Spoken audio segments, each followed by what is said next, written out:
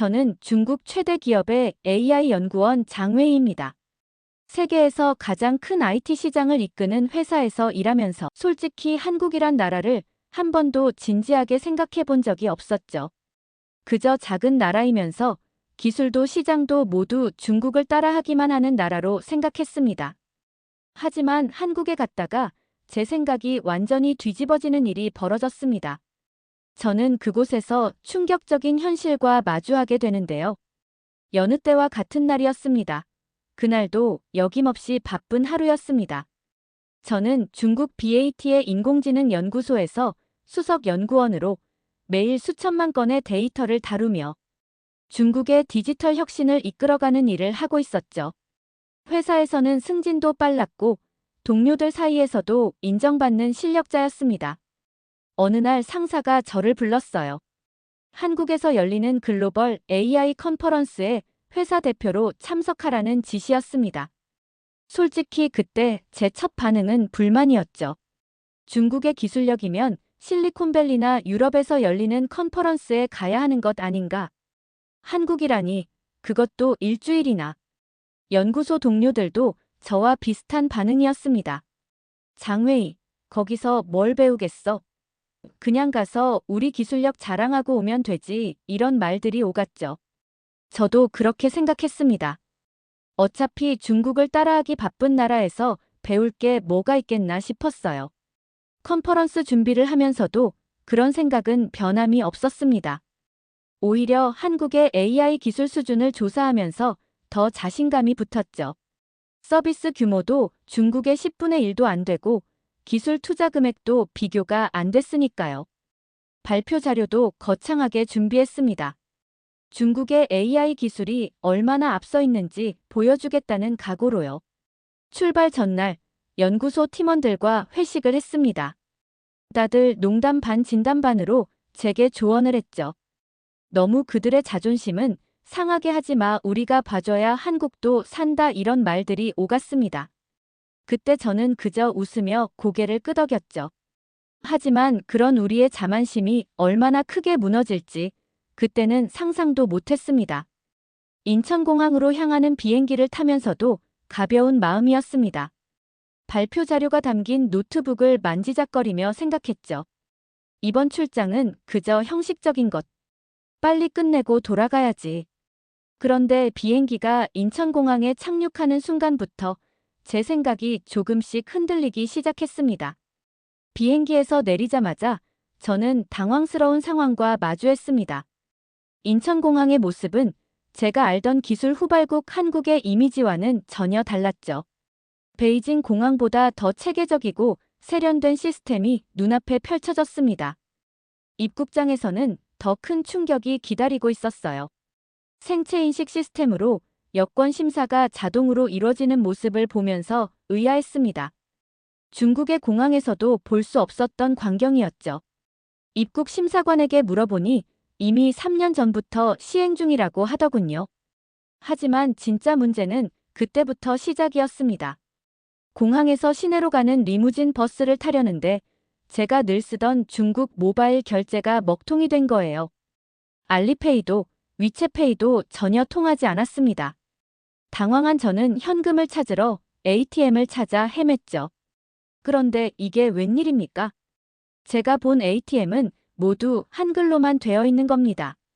영어 버튼을 누르면 될 줄 알았는데 그 버튼이 어딨는지 찾을 수가 없었어요.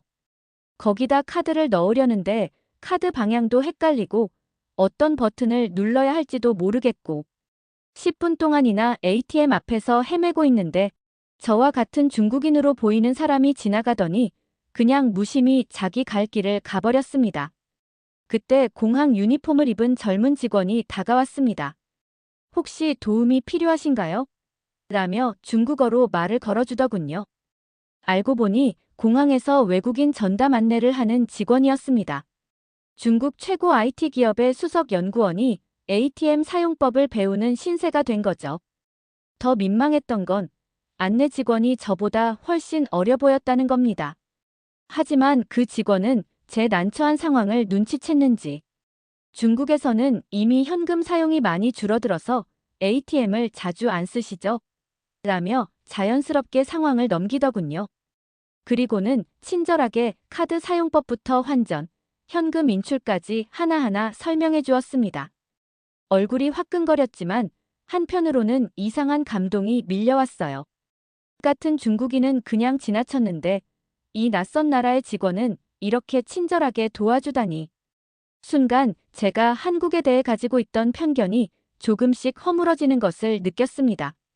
하지만 이때까지만 해도 이 감정을 인정하기가 싫었어요. 그때 제 앞에 있던 한국인 승객의 결제 과정을 보게 됐습니다.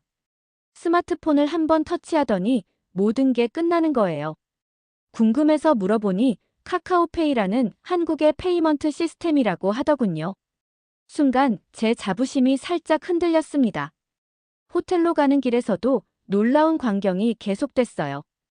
택시 기사님이 쓰시는 내비게이션은 실시간으로 교통 상황을 반영하며 최적 경로를 찾아냈고 신호등 대기 시간까지 정확하게 알려줬습니다. 중국의 내비게이션 시스템과는 차원이 달랐죠. 호텔에 도착해서도 당황스러운 일이 이어졌습니다. 체크인을 하려는데 직원이 없더군요. 대신 키오스크가 있었는데 외국인도 쉽게 이용할 수 있도록 다국어 지원은 물론 여권 스캔부터 객실 배정까지 모든 과정이 자동화되어 있었습니다. 객실에 들어와 침대에 누워 천장을 바라보며 생각에 잠겼습니다. 오늘 하루 동안 목격한 한국의 모습은 제가 알고 있던 것과는 너무나 달랐어요.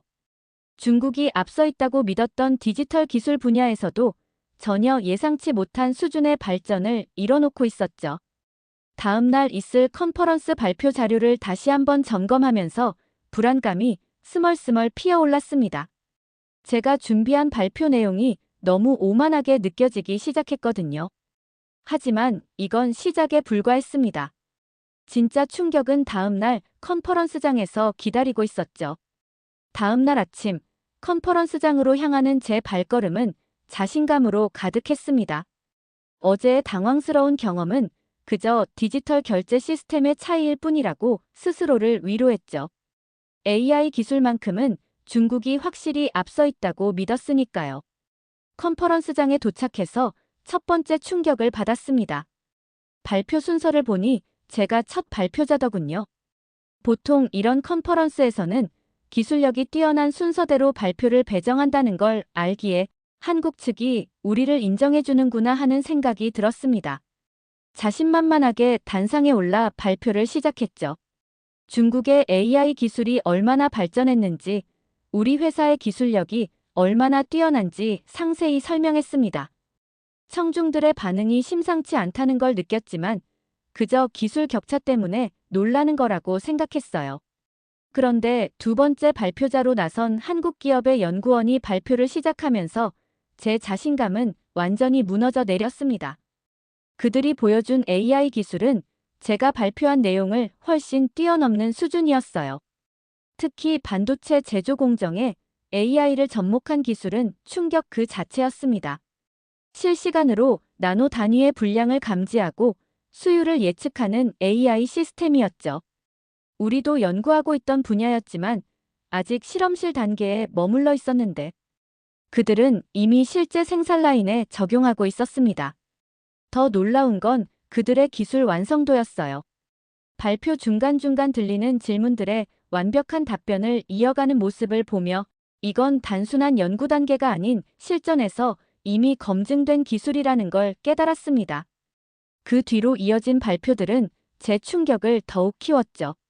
자율주행 시스템의 AI 판단 로직, 의료 영상 분석 AI의 정확도, 자연어 처리 기술의 완성도. 하나같이 세계 최고 수준이었습니다. 점심시간 화장실에서 거울을 보며 제 자신이 부끄러워졌어요. 아침에 했던 발표가 얼마나 오만했는지 깨달았거든요. 중국의 기술력을 자랑하려 했던 제 발표는 오히려 우리의 한계를 드러내는 꼴이 되어버렸습니다. 오후 세션이 시작되기 전 발표 자료를 급하게 수정했습니다. 더 이상의 자만은 의미가 없었죠. 대신 한국 기업들의 기술력에 대해 진지하게 질문하고 배우겠다는 자세로 임하기로 했습니다. 그런데 그때 뜻밖의 인물이 제게 다가왔습니다. 컨퍼런스장에서 저에게 다가온 사람은 한국의 한 스타트업 대표였습니다. 제 발표를 듣고 관심이 갔다며 자신의 회사를 구경하지 않겠냐고 제안하더군요. 처음엔 그저 예의상 하는 말이라 생각했지만 그의 진심 어린 태도에 마음이 움직였어요. 다음 날 서울 강남의 한 스타트업 밸리를 방문했습니다. 그런데 이게 웬일입니까? 작은 사무실이지만 직원들은 자유롭게 아이디어를 나누고 벽면 가득 화이트보드에는 미친 듯한 기술 아이디어들이 빼곡했어요. 중국에서는 상상도 못할 광경이었죠. 저희는 정부 승인 없이도 새로운 기술을 시도할 수 있어요. 대표가 당연하다는 듯이 말하더군요. 순간 머리를 한 대 맞은 것 같았습니다. 중국에서는 모든 새로운 기술이 정부의 검토와 승인을 거쳐야 했는데 더 놀라운 건 그들의 개발 속도였어요. 아침에 회의에서 결정한 내용을 저녁엔 테스트할 수 있어요. 라는 말에 저도 모르게 정말요? 라고 되물었죠. 중국에서는 한 달은 걸릴 프로세스인데 말이에요. 점심시간 직원들과 어울려 식사를 하면서 더 큰 충격을 받았습니다. 그들은 자유롭게 정부를 비판하고 해외 서비스들을 활용하며 심지어 경쟁사의 장점까지 인정하더군요. 중국에서는 상상도 못할 일들이었습니다. 장웨이 씨, 런던 지사와 화상회에 있어요. 갑자기 들린 직원의 외침에 놀랐습니다. 화면을 보니 유럽, 미국, 동남아시아 개발자들이 함께 있더군요. 방화벽에 막혀 국제협업이 어려운 중국과는 너무나 다른 모습이었습니다. 커피를 마시며 창밖을 내다보는데 묘한 감정이 밀려왔어요. 우리가 자랑스럽게 여기던 중국의 IT 산업이 어쩌면 거대한 강철, 새장 안에 갇혀있던 건 아닐까 하는 생각이 들었거든요. 마치 제가 지금까지 보던 세상이 전부가 아니었다는 걸 깨닫는 것 같았습니다. 그때 옆자리에서 누군가 말을 걸어왔어요. 처음 보는 얼굴이었지만 왠지 모르게 친근감이 느껴지는 사람이었습니다. 처음 뵙겠습니다. 저는 리밍이라고 합니다. 선명한 중국어였지만 어딘가 어색한 억양이었어요. 알고 보니 한국계 중국인이었습니다. 중국 칭화대를 나와 실리콘밸리를 거쳐 지금은 한국 기업의 AI 연구소장을 맡고 있다고 하더군요. 순간 마음 한켠에서 불편함이 올라왔습니다. 중국의 기술력으로 성장해놓고 왜 한국으로? 속으로는 그를 배신자라고 생각했죠. 하지만 예의상 악수를 건넸습니다. 점심시간이 되자 리밍이 근처 한 식당으로 저를 안내했습니다. 솔직히 걱정됐어요. 짜고 맵기만 한 한국 음식이라는 편견이 있었거든요. 하지만 이것도 제 오만이었다는 걸 곧 깨닫게 됐죠. 된장찌개가 테이블에 놓이는 순간 향긋한 냄새에 저도 모르게 콧날이 시큰해졌습니다. 한 숟가락 떠먹어 보고는 깜짝 놀랐어요. 거부감이 들 줄 알았던 된장 맛이 오히려 중국의 두반장보다 더 깊고 풍부하다고 느껴졌거든요. 맛있죠? 저도 처음엔 편견이 있었어요. 리밍이 웃으며 말했습니다. 음식도 그렇고 기술도 그렇고 직접 경험해보기 전까지는 모르는 법이에요. 식사를 하면서 리밍의 이야기를 더 들을 수 있었습니다. 그가 한국을 선택한 이유, 자유로운 연구 환경에서 느낀 점들. 처음에는 반박하려 했지만 점점 그의 말에 수긍하게 되더군요. 우리가 만드는 AI의 목적이 뭘까요? 리밍이 문득 던진 질문에 저는 멈칫했습니다. 더 나은 세상을 만드는 거죠. 그런데 그 더 나은 세상이 어떤 모습인지는 다양한 시각에서 바라볼 필요가 있어요. 한 나라의 관점만으로는 부족하죠. 밥그릇을 비우면서 생각했습니다. 음식에 대한 제 편견이 깨진 것처럼 어쩌면 한국의 기술력에 대한 편견도 깨져야 하는 건 아닐까. 식사를 마치고 돌아오는 길 리밍의 말이 자꾸 머릿속을 맴돌았습니다. 그를 배신자라고 생각했던 제 모습이 부끄러워졌어요. 오히려 그는 더 넓은 세상을 선택한 것일 수도 있겠다는 생각이 들었습니다. 사무실로 돌아와 보니 책상 위에 쪽지 한 장이 놓여 있었습니다. 리밍이 남긴 거였어요. 거기엔 뜻밖의 제안이 적혀 있었습니다. 장웨이 씨, 우리 연구소에서 함께 일해보는 건 어떨까요? 그 제안을 곱씹어볼 새도 없이 본사에서 다급한 연락이 왔습니다. 장회의, 한국 기업들의 AI 기술 수준이 어떤지 상세한 보고서를 작성해 보내세요. 순간 머리가 복잡해졌어요. 사실대로 보고하자니 자존심이 상했고 거짓으로 쓰자니 양심이 허락하지 않았습니다.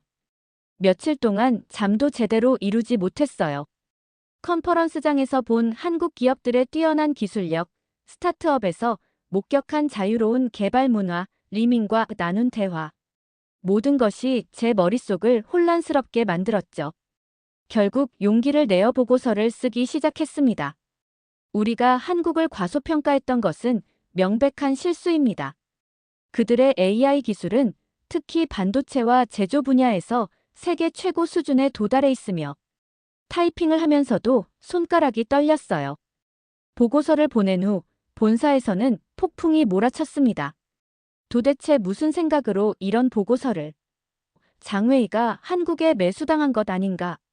심지어 애국심을 운운하는 말까지 나왔죠.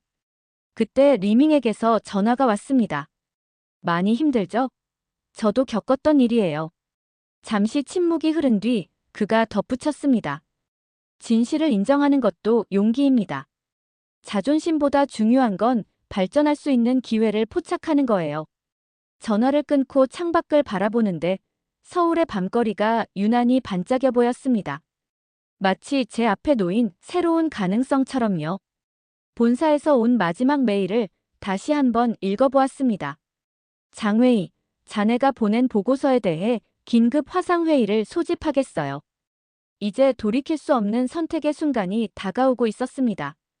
긴급 화상회의는 예상대로 험악한 분위기였습니다. 본사 임원들은 제 보고서를 문제 삼으며 질책했죠. 우리 기술력을 폄하하고 한국을 치켜 세우다니 도대체 무슨 의도지? 쏟아지는 비난 속에서 저는 차분히 제가 본 것들을 설명했습니다. 하지만 그들은 제 말을 들으려 하지 않았어요. 오히려 저를 중국 본사로 즉시 복귀시키겠다는 명령을 내렸죠. 그때였습니다. 리밍에게서 온 문자 한 통이 제 시선을 붙잡았어요. 우리 연구소에서 AI 기술 총괄 책임자를 찾고 있습니다. 장회의 씨라면 최적임자라고 생각해요. 가슴이 쿵쾅거렸습니다. 중국 최고의 IT 기업을 떠나 한국 기업으로 간다는 건 제 경력의 큰 모험이었죠. 더구나 월급도 절반 수준이라고 했어요. 하지만 이상하게도 마음이 흔들렸습니다. 어머니께 전화를 걸었어요. 미쳤니? 그 좋은 직장을 놔두고 한국으로 간다고. 네가 우리 집안의 자랑이었는데. 아버지는 더 심하셨죠. 차라리 너를 모른다고 하겠다는 말씀까지 하셨습니다. 회사 동료들 사이에서는 이미 배신자라는 소문이 돌기 시작했어요. 중국 IT 커뮤니티에서는 저를 비난하는 글들이 올라오기 시작했고, 심지어 제 학창시절 은사님께서도 실망스럽다는 연락을 주셨습니다. 그러던 어느 날 밤, 리밍과 술자리를 가졌어요. 두렵죠?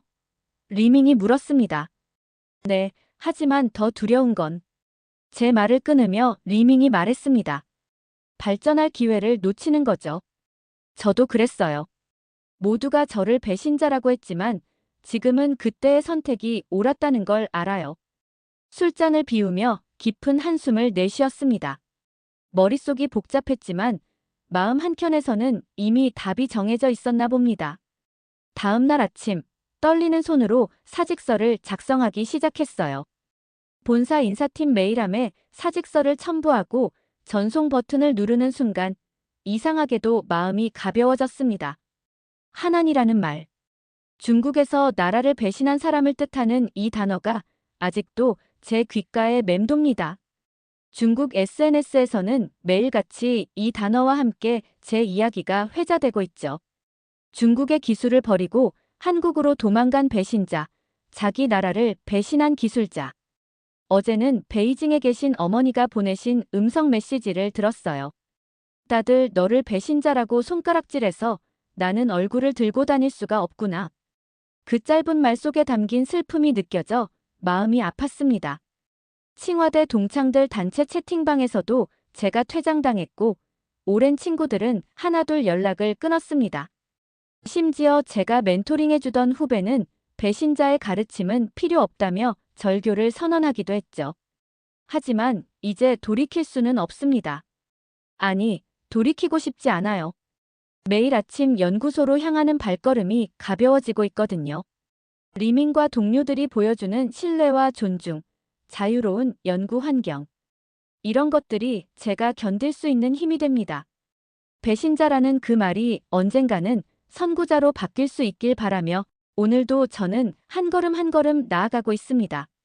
제가 걷는 이 길이 훗날 더 많은 중국 기술자들에게 새로운 가능성을 보여주는 작은 빛이 되길 희망하면서요.